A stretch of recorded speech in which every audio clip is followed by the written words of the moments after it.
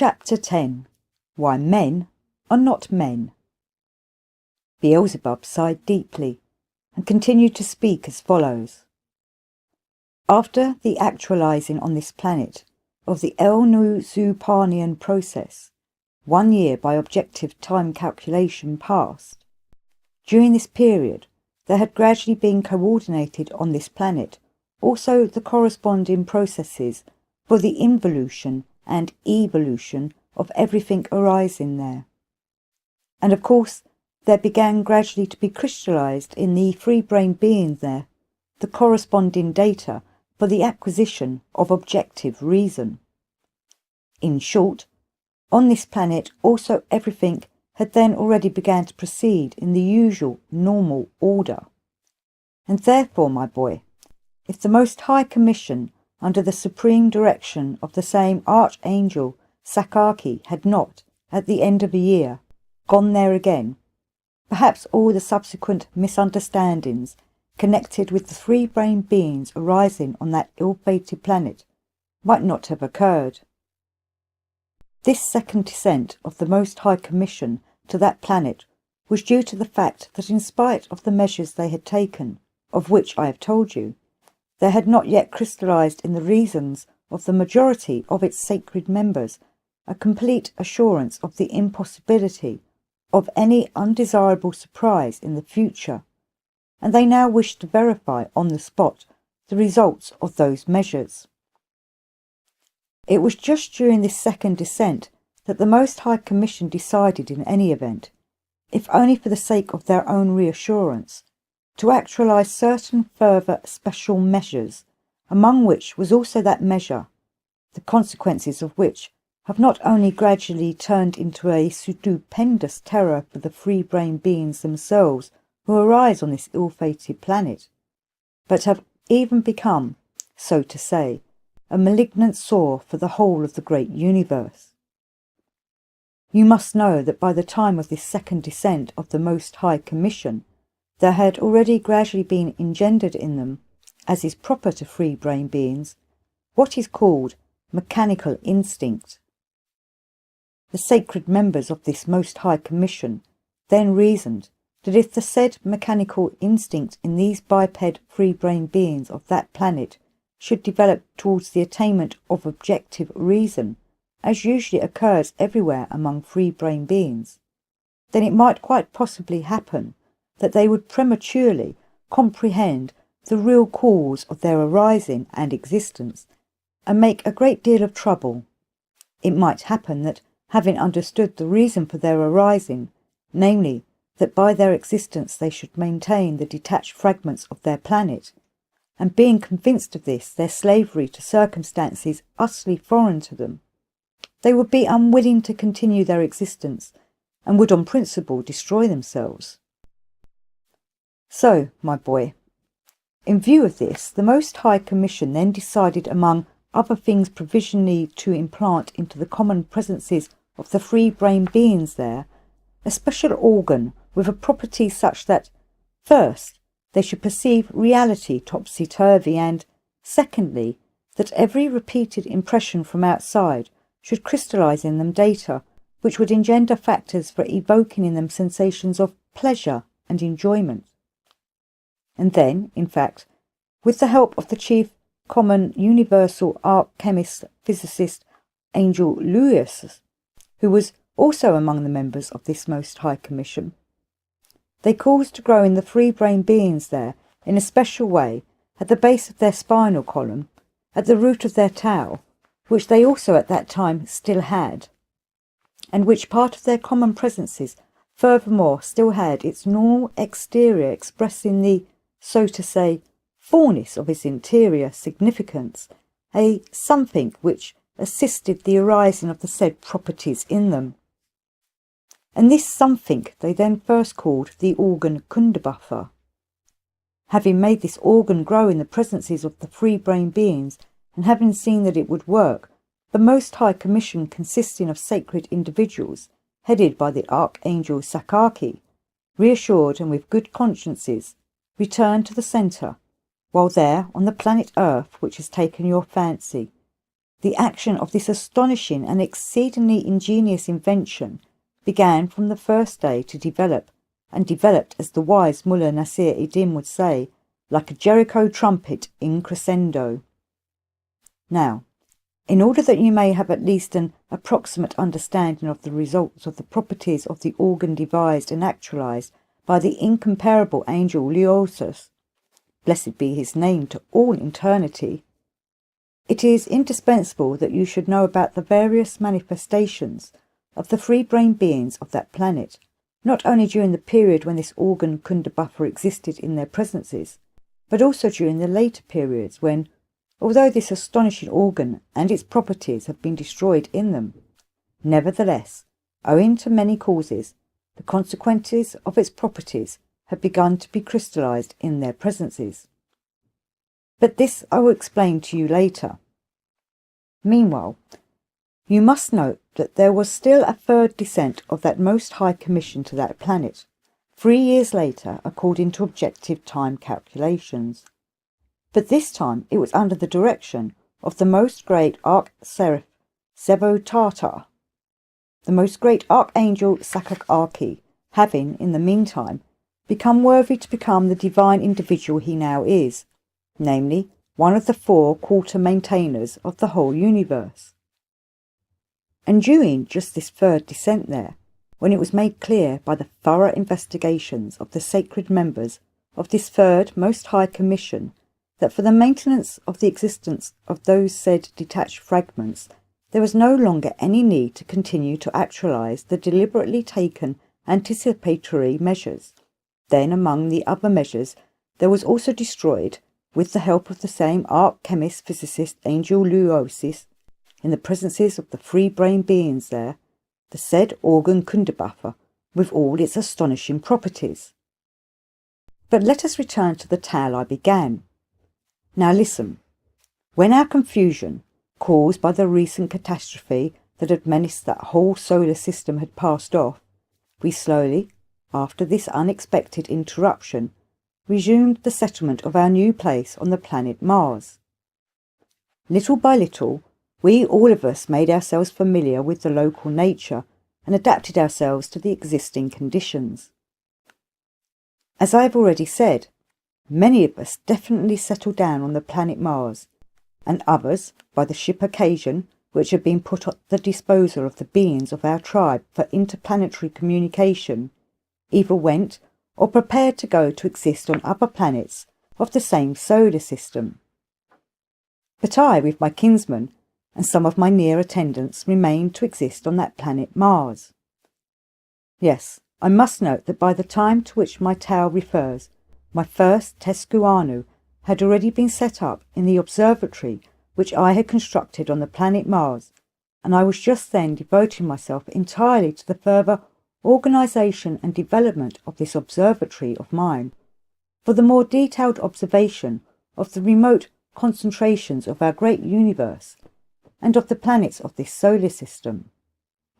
Among the objects of my observations, then, was also this planet Earth. Time passed. The process of existence on this planet also began gradually to be established, and it seemed, from all appearances, that the process of existence was proceeding there just as on all other planets. But by close observation, first, it could be clearly seen that the numbers of these free-brain beings were gradually increasing, and, secondly, it was possible sometimes to observe very strange manifestations of theirs. That is, from time to time they did something which was never done by free-brain beings on other planets, namely, they would suddenly, without rhyme or reason, begin destroying one another's existence. Sometimes this destruction of one another's existence proceeded there not in one region alone, but in several, and would last not just one Diagnostic, but many Diagnostics, and sometimes even for whole Ornacras. Diagnos signifies day, Ornacra signifies month. It was sometimes very noticeable also that from this horrible process of theirs their numbers rapidly diminished, but on the other hand, during other periods, when there was a lull in these processes, their numbers also very noticeably increased. To this peculiarity of theirs we gradually got used, having explained it to ourselves that obviously, for certain higher considerations, these properties also must deliberately have been given to the organ Kundabuppa by the Most High Commission. In other words, seeing the fecundity of these biped beings, we assumed that this had been done with a forethought, in view of the necessity that they should exist in such large numbers for the needs of the maintenance of the common cosmic harmonious movement. Had it not been for this strange peculiarity of theirs, it would never have entered anybody's head that there was anything queer on that planet. During the period to which the aforesaid refers, I visited most of the planets of that solar system, the populated and the as yet unpopulated. Personally, I liked best of all the free-centred beings breeding on the planet bearing the name Saturn, whose exterior is quite unlike ours, but resembles that of the being bird raven. It is interesting, by the way, to remark that for some reason or other, the form of being bird raven breeds not only on almost all the planets of this solar system, but also on most of those other planets of the whole of our great universe, upon which beings of various brain systems arise and are coated with planetary bodies of different forms. The verbal intercourse of these beings, ravens, of that planet Saturn, is something like ours. But in regard to their utterance, it is, in my opinion, the most beautiful of any I have ever heard. It can be compared to the singing of our best singers, when, with all their being, they sing in a minor key. And as for their relations with others, I don't even know how to describe them, can be known only by existing among them and by experiencing them oneself. All that can be said is that these bird beings have hearts exactly like those of the angels nearest our endless Maker and Creator. They exist strictly according to the 9th commandment of our Creator, namely, do unto another's as you would do unto your own. Later, I must certainly tell you much more in detail about those free-brain beings also who arise and exist on the planet Saturn, since one of my real friends during the whole period of my exile in that solar system was a being of just that planet, who had the exterior coating of a raven, and whose name was Hahak. Chapter 11. A frequent trait of the peculiar psyche of contemporary man. Now let us return to those free-brain beings arising on the planet Earth, who have interested you most of all, and whom you have called slugs. I shall begin by saying how glad I am that you happen to be a long way from those free-centred beings whom you called by a word so insulting to their dignity, and that they are not likely ever to hear of it. Do you know, you poor thing, you small boy, not yet aware of himself, what they would do to you, particularly the contemporary beings there, if they should hear what you call them? What they would have done to you if you had been there, and if they had got hold of you, I am seized with horror at the very mention of it. At best, they would have thrashed you so, that, as our Mullah Nasir Eddin there says, you wouldn't have recovered your senses before the next crop of birches. In any case, I advise you that, whenever you start anything new, you should always bless fate and beseech her mercy, that she should always be on guard and prevent the beings of the planet Earth from ever suspecting that you, my beloved and only grandson, dared to call them slugs. You must know that during the time of my observations of them from the planet Mars, and during the periods of my existence among them, I studied the psyche of those strange free-brain beings very thoroughly, and so I already know very well what they would do to anybody who dared to give them such a nickname. To be sure, it was only in childish naivety that you called them so, but the free-brain beings of that peculiar planet, especially the contemporary ones, do not discriminate such fine points. Who called them, why, and in what circumstances, it's all one. They have been called by a name they consider insulting, and that's quite enough. Discrimination in such matters is, according to the understanding of most of them, simply, as they express it, pouring from the empty into the void. Be that as it may, you were in any case extremely rash to call the free-brained beings breeding on the planet Earth by such an offensive name. First, because you have made me anxious for you,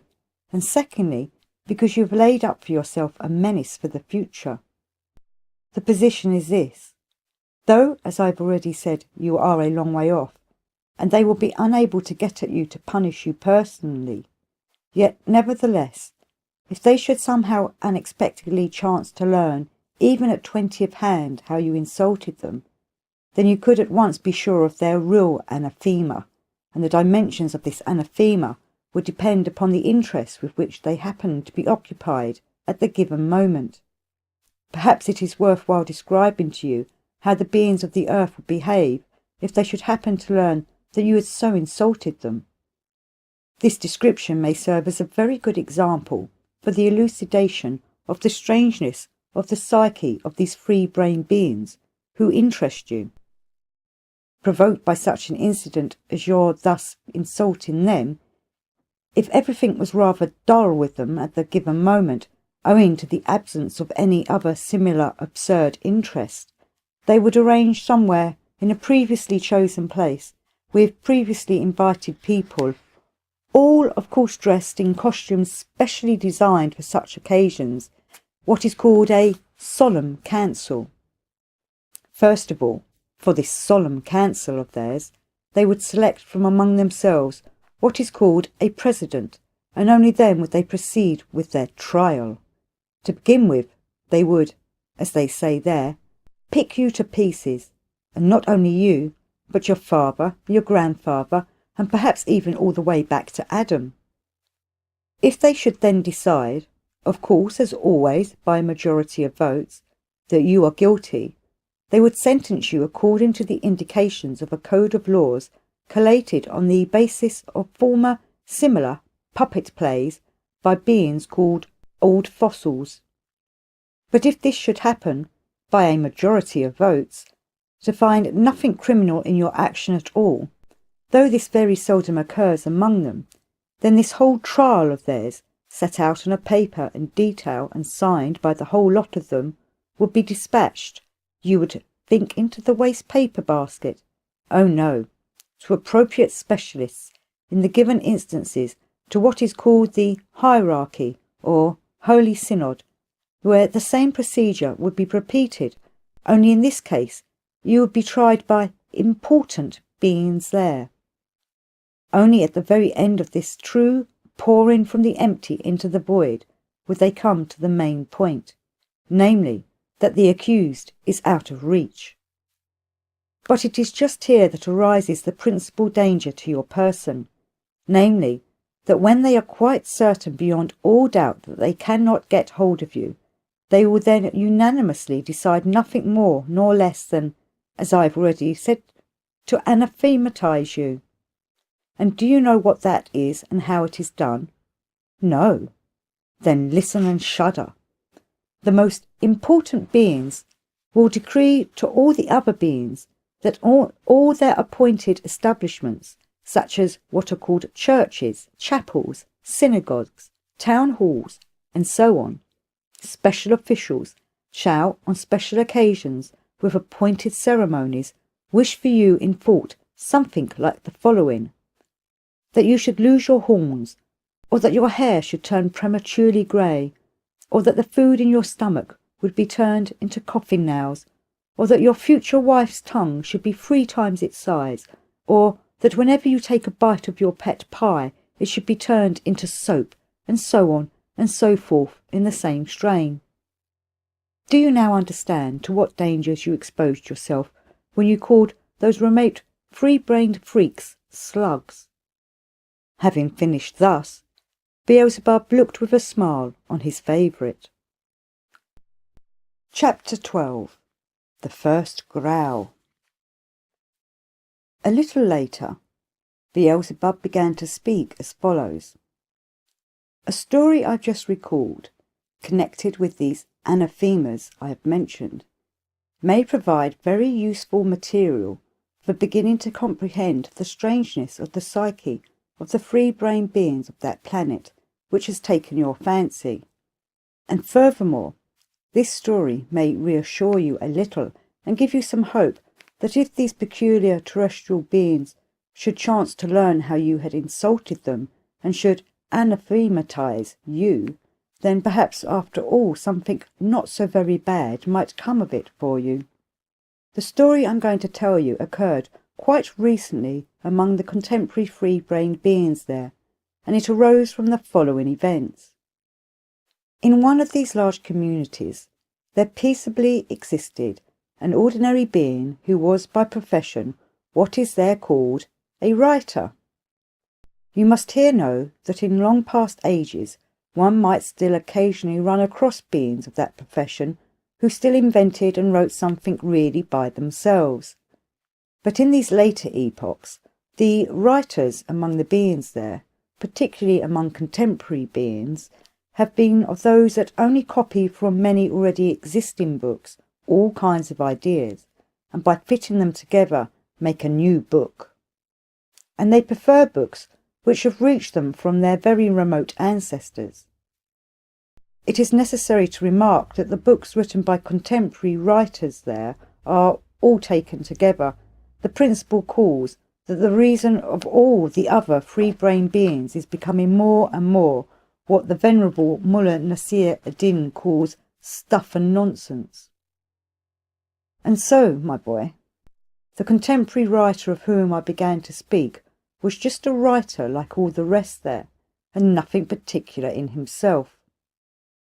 Once, when he had finished some book or other, he began to think what he should write about next,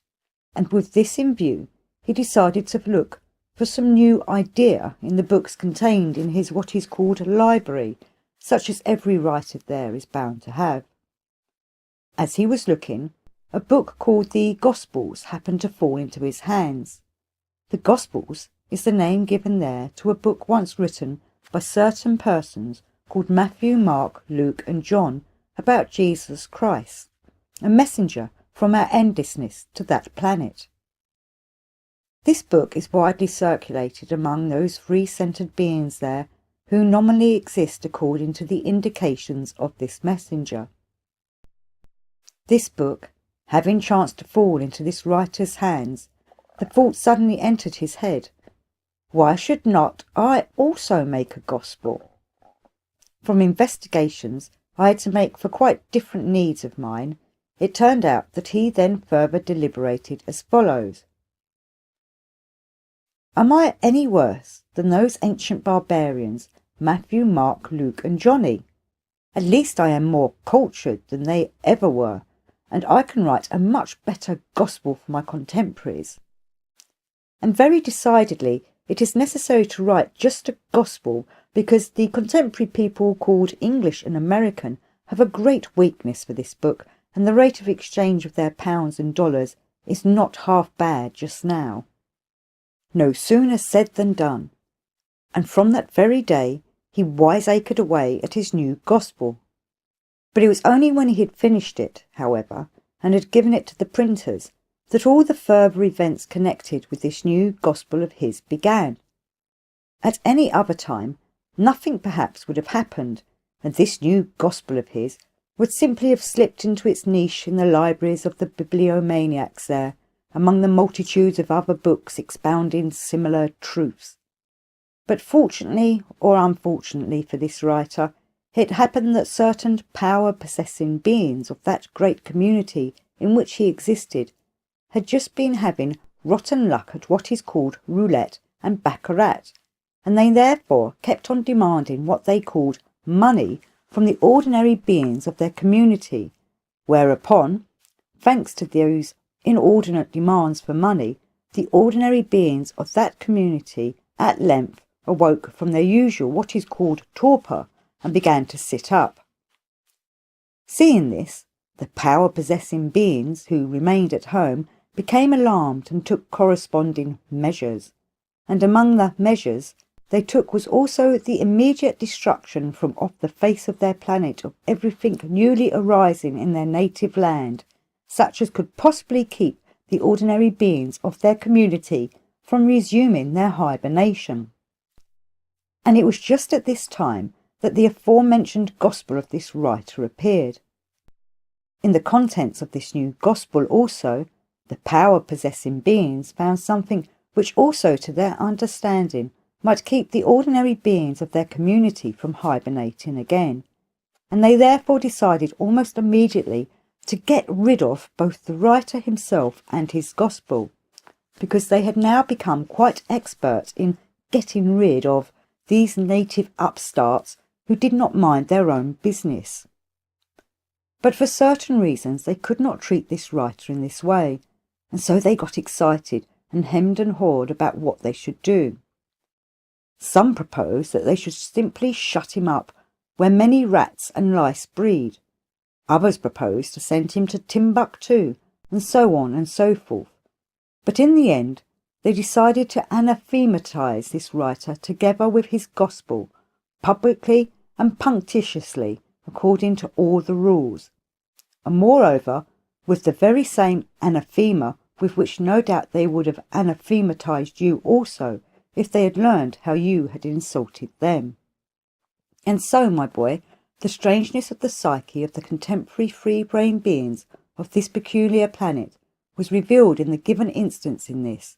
that when this writer and his gospel had been publicly anathematized with this anathema, the result for him was, as the highly esteemed Mullah Nasir Eddin once again says, just roses, roses. What occurred was as follows.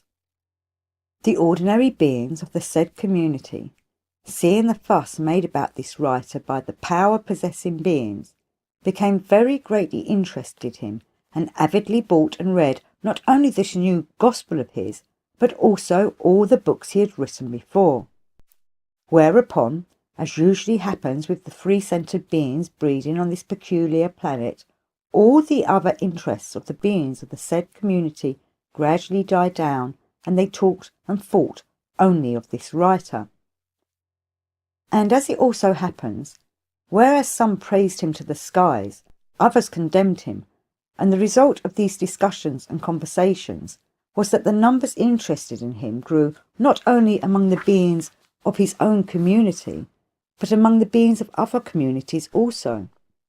And this occurred because some of the power-possessing beings of this community, usually with pockets full of money, still continued in their turn to go to other communities where roulette and baccarat proceeded, and carrying on their discussion there concerning this writer, they gradually infected the beings of other communities also with this affair. In short, owing to the strangeness of their psyche, it has gradually come about there that even at the present time, when this writer's gospel has long been forgotten, his name is known almost everywhere as that of an excellent writer. Anything he writes now, they all seize upon and regard as full of indisputable truth.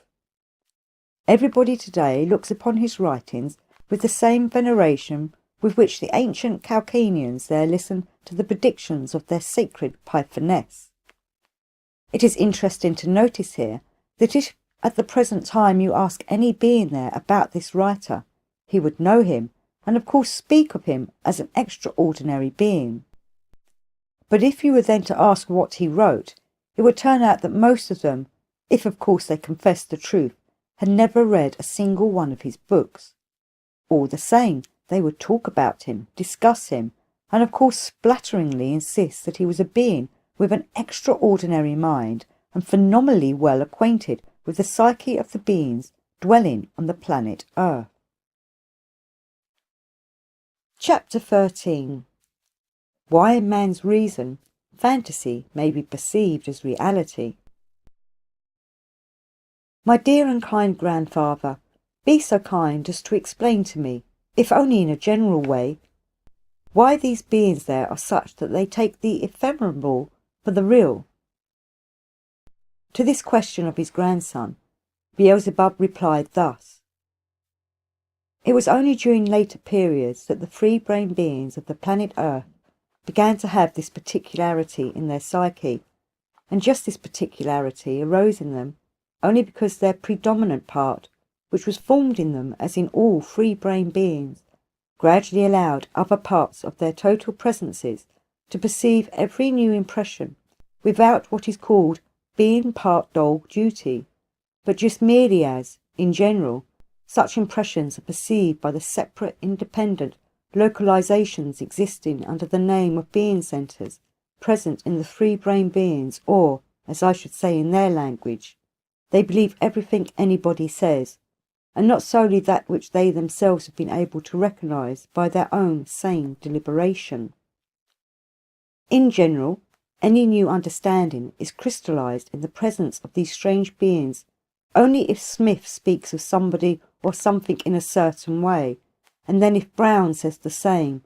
the hearer is quite convinced it is just so and couldn't possibly be otherwise.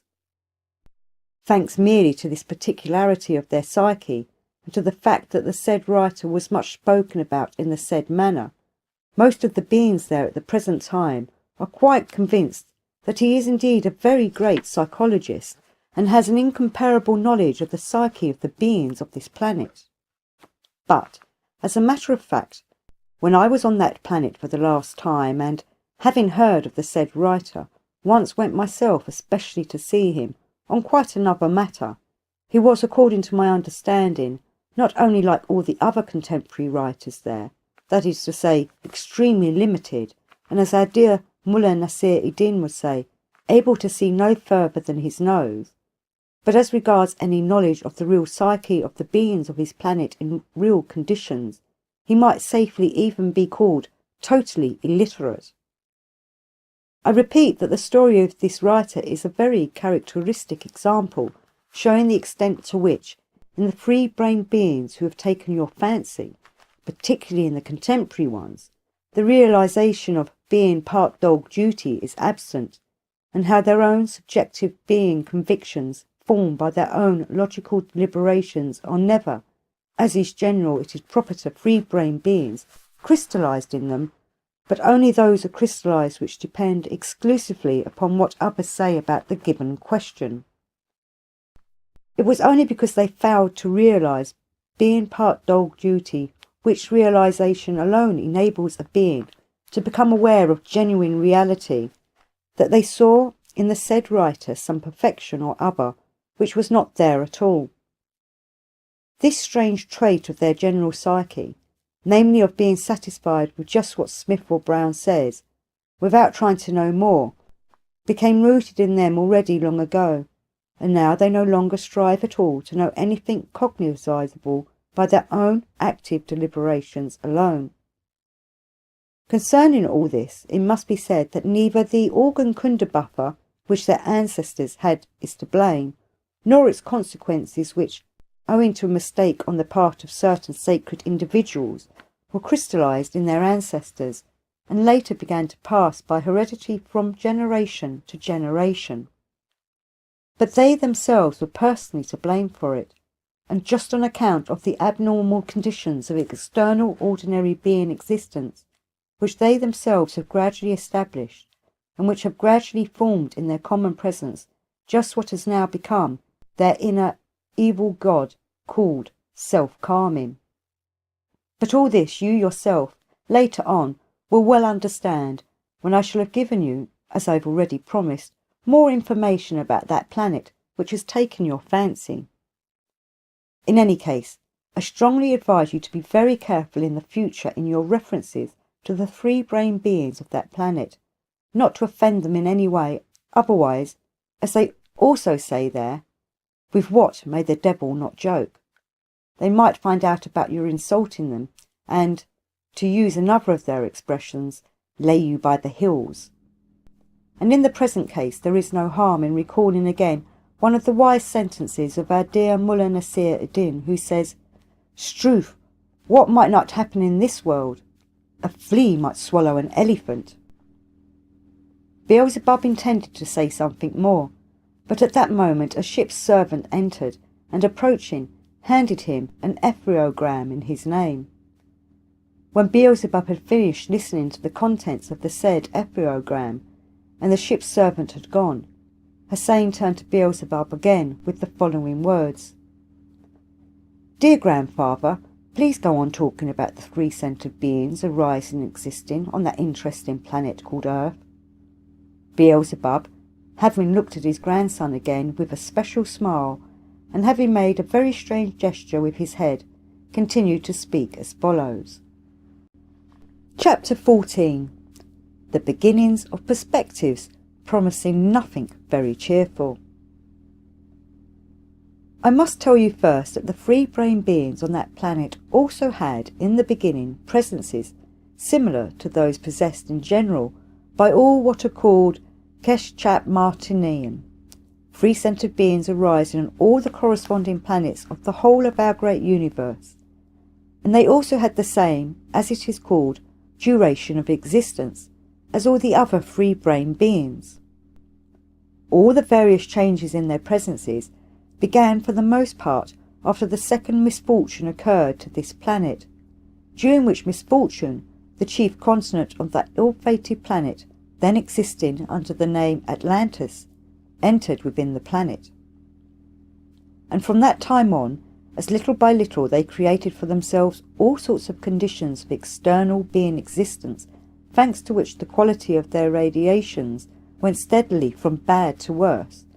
Great nature was compelled gradually to transform their common presences by means of various compromises and changes, in order to regulate the quality of the vibrations which they radiated, and which were required chiefly for the preservation of the well-being of the former parts of that planet. For the same reason, great nature gradually so increased the numbers of the beings there, that at the present time they are now breeding on all the lands formed on that planet. The exterior forms of their planetary bodies are all made alike, and of course in respect of size, and in their other subjective particularities, they are each coated, just as we are, in accordance with the reflection of heredity, with the conditions at the moment of conception, and with the other factors that serve in general as the causes for the arising and formation of every being. They also differ among themselves in the colour of their skin, and in the conformation of their hair, and these latter particularities are determined in their presences, just as they are everywhere else, by the effects of that part of the planetary surface where the given beings arise, and where they are formed until they reach the age of responsible beings, or as they say, until they become adult. As regards their general psyche itself and its fundamental traits, no matter upon what part of the surface of their planet they arise,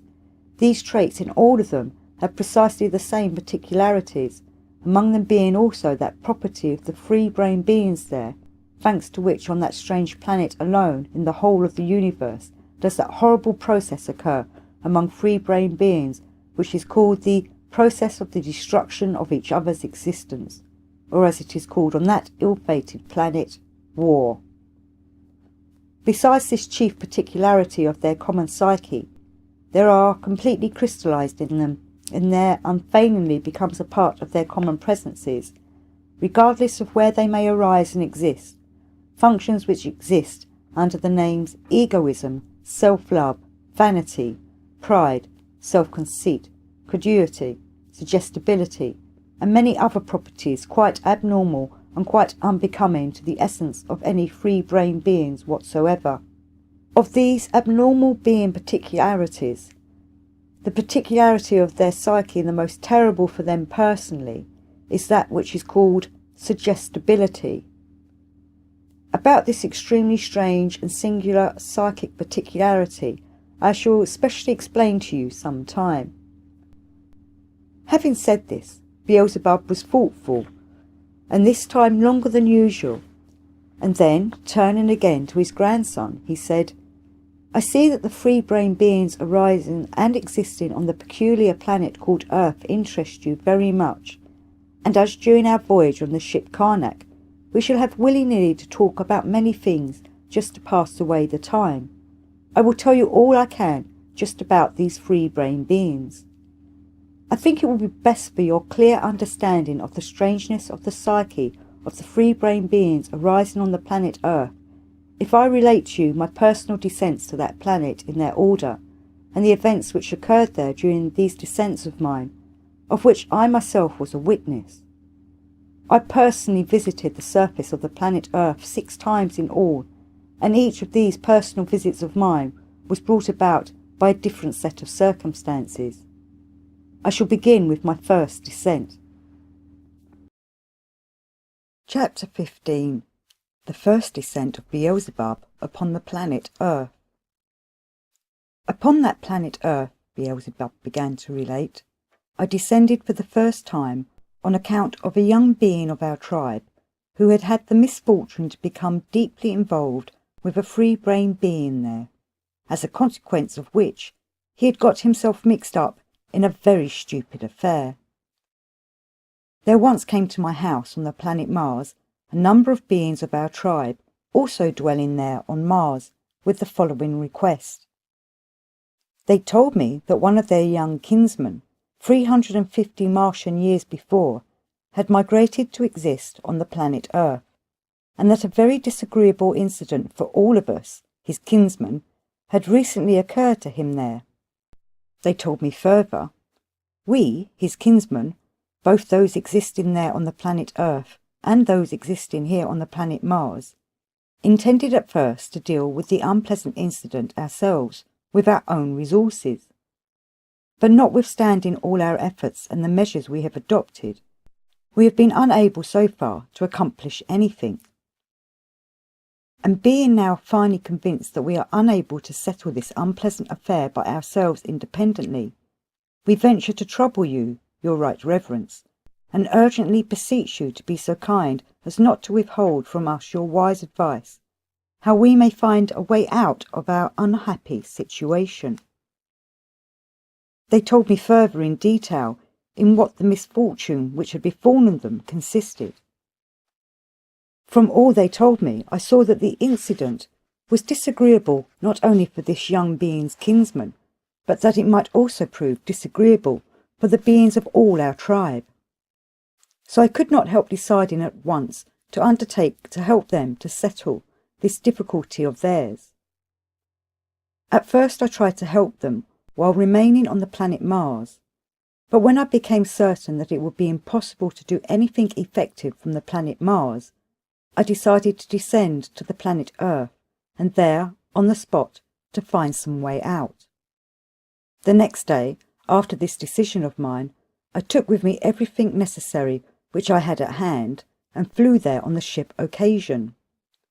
I may remind you that the ship Occasion was the ship on which all the beings of our tribe were transported to that solar system, and, as I have already told you, it was left there for the use of the beings of our tribe for the purpose of interplanetary communication. The permanent port of this ship was on the planet Mars, and its supreme direction had been given me from above. Thus it was on this same ship Occasion that I made my first descent to the planet Earth. Our ship landed on this first visit of mine on the shores of just that continent which during the second catastrophe to this planet disappeared entirely from its surface. This continent was called Atlantis, and most of the free-brain beings, and likewise most of the beings of our tribe, then existed only upon it. Having descended, I went straight from the ship Occasion to the city named Samlios, situated on the said continent, where that unfortunate being of our tribe, who was the cause of this descent of mine, had the place of his existence. The city Samlios was then a very large city, and was the capital of the largest community then on the planet Earth. In this same city, the head of this large community existed, who was called King Apollos. And it was with just this same King Apollos that our young, inexperienced countrymen had become involved. And it was in this city of Samlios itself that I learned all the details of this affair. I learned, namely, that before this incident, our unfortunate countryman had for some reason been on friendly terms with this King Apollos, and was often at his house. As it transpired, our young countryman once, in the course of conversation during a visit to the house of King Apollos, made a wager, which was just the cause of all that followed. You must first of all know that both the community of which King Apollos was the head and the city of Samlios, where he existed, were at that period the greatest and richest of all the communities and cities then existing on the earth. For the upkeep of all this wealth and grandeur, King Apollos certainly needed both a great deal of what is called money and a great deal of labour from the ordinary beings of that community. It is necessary to premise just here that at the period of my first descent in person onto this planet, the organ Kundabuffer was no longer in the free-brain beings who interest you. And it was only in some of the free-brain beings there that various consequences of the properties of that for them maleficent organ had already begun to be crystallized. In the period to which this tale of mine refers, one of the consequences of the properties of this organ, which had already become thoroughly crystallized in a number of beings there, was that consequence of the property which, while the organ Kundabuffer itself was still functioning in them, had enabled them very easily and without any remorse of conscience not to carry out voluntarily any duties taken upon themselves or given them by a superior. But every duty they fulfilled was fulfilled only from the fear and apprehension of threats and menaces from outside. It was in just this same consequence of this property already thoroughly crystallized in some beings of that period there, that the cause of this whole incident lay. And so, my boy, this is how it was.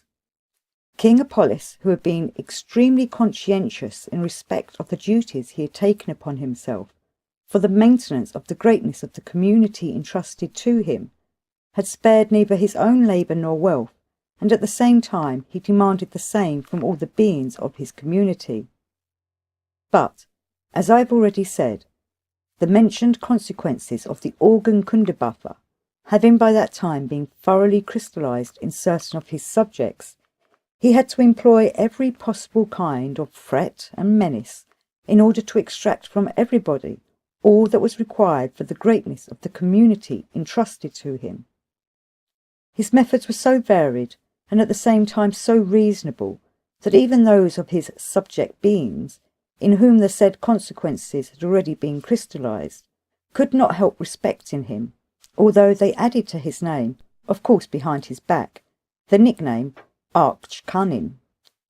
And so, my boy, these means by which King Apollos then obtained what was necessary from his subjects for the maintenance of the greatness of the community entrusted to him, seemed to our young countryman, for some reason or other, unjust, and, as it was said, he often became very indignant and restless whenever he happened to hear of some new device of King Apollos for getting what was necessary. And once, while talking with the king himself, our naive young countryman could not restrain himself, but expressed to his face his indignation and his views of this unconscionable conduct of King Apollos towards his subjects. Not only did King Apollos not fly into a temper, as usually happens on the planet Earth when somebody pokes his nose where he has no business, nor did he pitch him out by the scruff of his neck, but he even talked it over with him and discussed the reasons for his severity. They talked a great deal, and the results of the whole of their conversation was precisely a wager. That is to say, they made an agreement and set it down on paper, and each of them signed it with his own blood. Among other things, there was included in this agreement that for the obtaining from his subjects of all that was necessary, King Apollos should be obliged to employ thereafter only those measures and means which should be indicated by our countrymen. And in the event that all his subjects should fail to contribute all that which according to custom was required, then our countryman would become responsible for everything, and he pledged himself to procure for the treasury of King Apollos as much as was necessary for the maintenance and further aggrandizement of the capital and for the whole community. And so, my boy, King Apollos did indeed, from the very next day, fulfil very honourably the obligation which, according to the agreement he had assumed, and he conducted the whole government of the country exactly according to the indications of our young countrymen. The results of a government of this kind, however, very soon proved to be quite the opposite of those expected by our simpleton. The subjects of that community, principally of course those in whom the said consequences of the properties of the organ Kundabuffer had already been crystallized, not only ceased to pay into King Apollos' treasury what was required, but they even began gradually snatching back what had been put in before. As our countryman had undertaken to contribute what was needed and, furthermore, had signed his undertaking with his blood, and you know, don't you, what the voluntary undertaking of an obligation, especially when signed with his blood, means to one of our tribe, he had of course soon to begin making up to the treasury all that was short. He first put in everything he had himself, and afterwards everything he could get from his nearest, dwelling also there on the planet Earth. And when he had drained dry his nearest there, he addressed himself for assistance to his nearest dwelling on the planet Mars. But soon on the planet Mars also everything ran dry, and still the treasury of the city of Samlios demanded more and again more, nor was the end of its needs in sight. It was just then that all the kinsmen of this countryman of ours became alarmed, and thereupon they decided to address themselves to me with the request to help them out of their plight. So, my boy, when we arrived in the said city, I was met by all the beings of our tribe, both old and young, who had remained on that planet. In the evening of the same day, a general meeting was called to confer together to find some way out of the situation that had arisen. To this conference of ours there was also invited King Apollos himself, with whom our elder countryman had already previously had many talks on this matter, with this aim in view. At this first general conference of ours, King Apollos, addressing himself to all, said as follows: "Impartial friends, I personally am deeply sorry for what has occurred and what has brought about so many troubles for those assembled here, and I am distressed in all my being that it is beyond my power to extricate you from your prospective difficulties. You must know indeed," King Apollos continued, "that the machinery of the government of my community, which has been wound up and organised during many centuries, is at the present time already radically changed,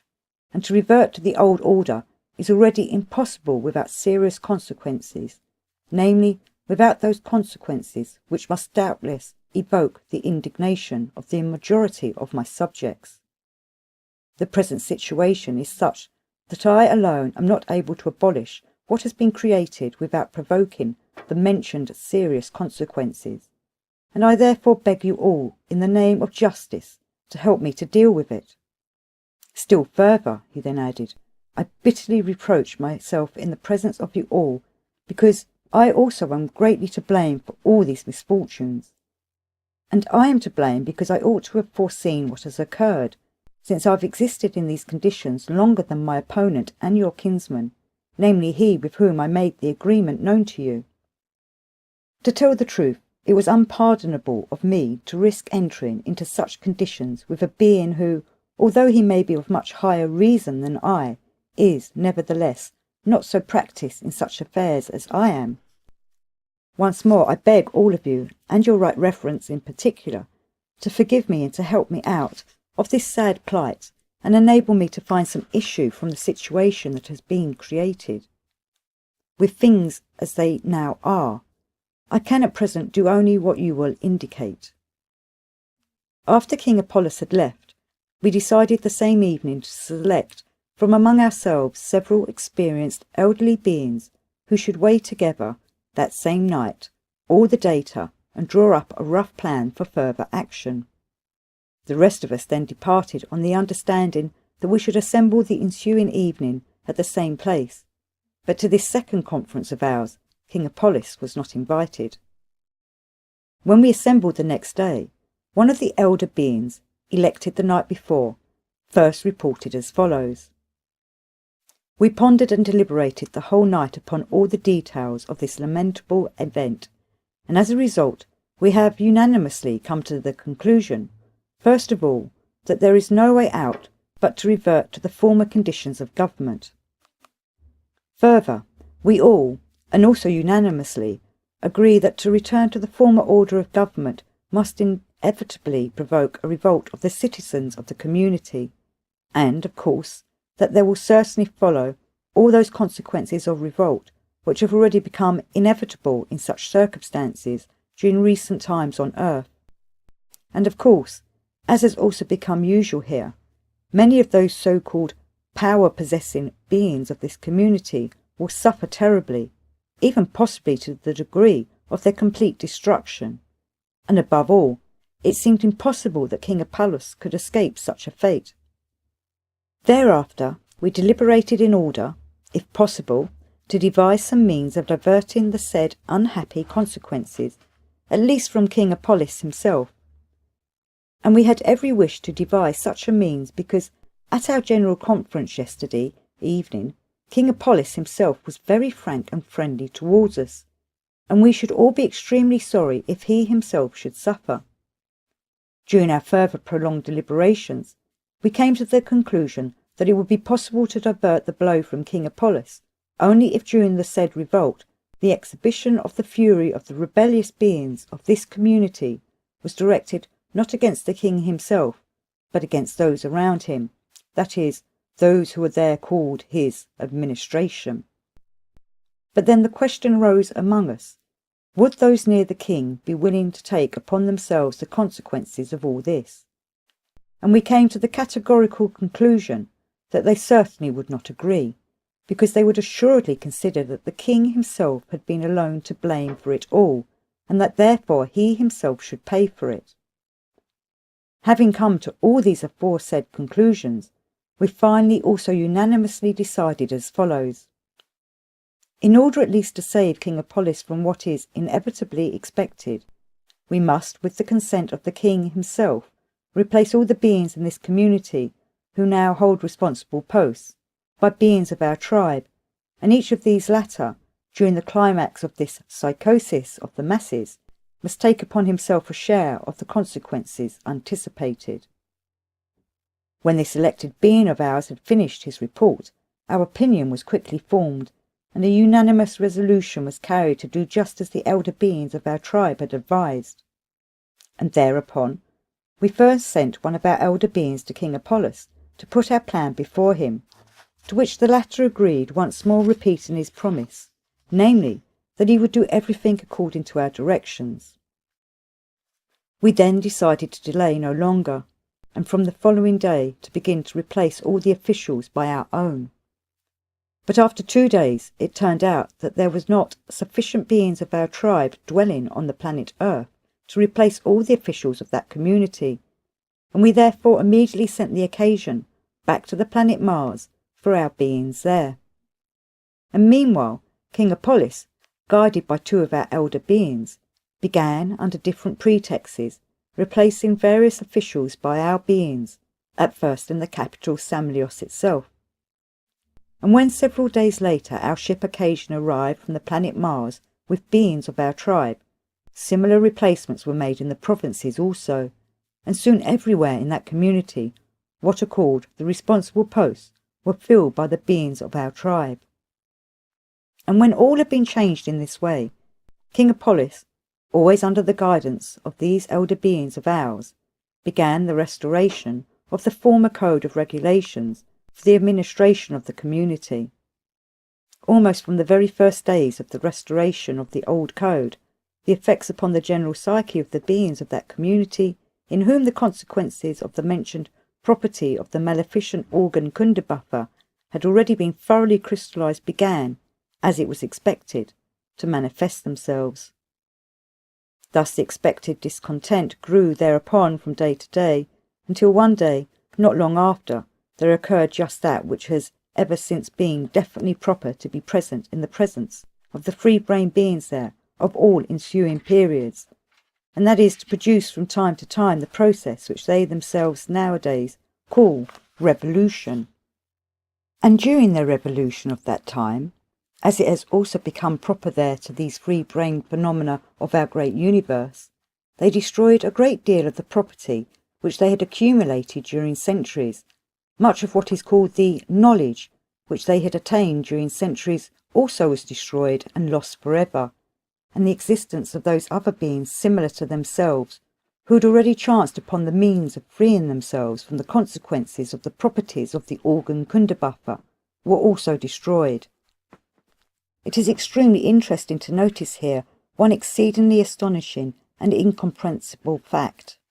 and that is that during their later revolutions of this kind, almost all the free-brain beings there, or at least the overwhelming majority who begin to fall into such a psychosis, always destroy for some reason or other the existence of just such other beings like themselves, as have, for some reason or other, chanced to find themselves more or less on the track of the means of becoming free from the crystallization in themselves of the consequences of the properties of that maleficent organ Kundabuffer, which unfortunately their ancestors possessed. So, my boy, while the process of this revolution of theirs was running its course, King Apollos himself existed in one of his suburban palaces of the city of Samlios. Nobody laid a finger on him, because our beings had arranged by their propaganda that the whole blame should be placed not upon King Apollos, but upon those surrounding him, that is, as they are called, his administration. Moreover, the beings who had fallen into the said psychosis even suffered grief and really pitied their king, saying that it was because their poor king had been surrounded by such unconscionable and ungrateful subordinates that these undesirable revolutions had occurred. And when the revolutionary psychosis had quite died down, King Apollos returned to the city of Samlios, and again with the help of our older beings, gradually began replacing our countrymen either by those of his old subordinates who were still alive, or by selecting absolutely new ones from among his other subjects. And when the earlier policy of King Apollos towards his subjects had been re-established, then the citizens of this community resumed filling the treasury with money as usual, and carrying out the directions of their king, and the affairs of the community settled again into the former already established tempo. As for our naive, unfortunate countryman, who was the cause of it all, it was so painful to him that he would no longer remain upon that planet that had proved so disastrous for him, but he returned with us to the planet Mars, and later on he became there an even excellent bailiff for all the beings of our tribe.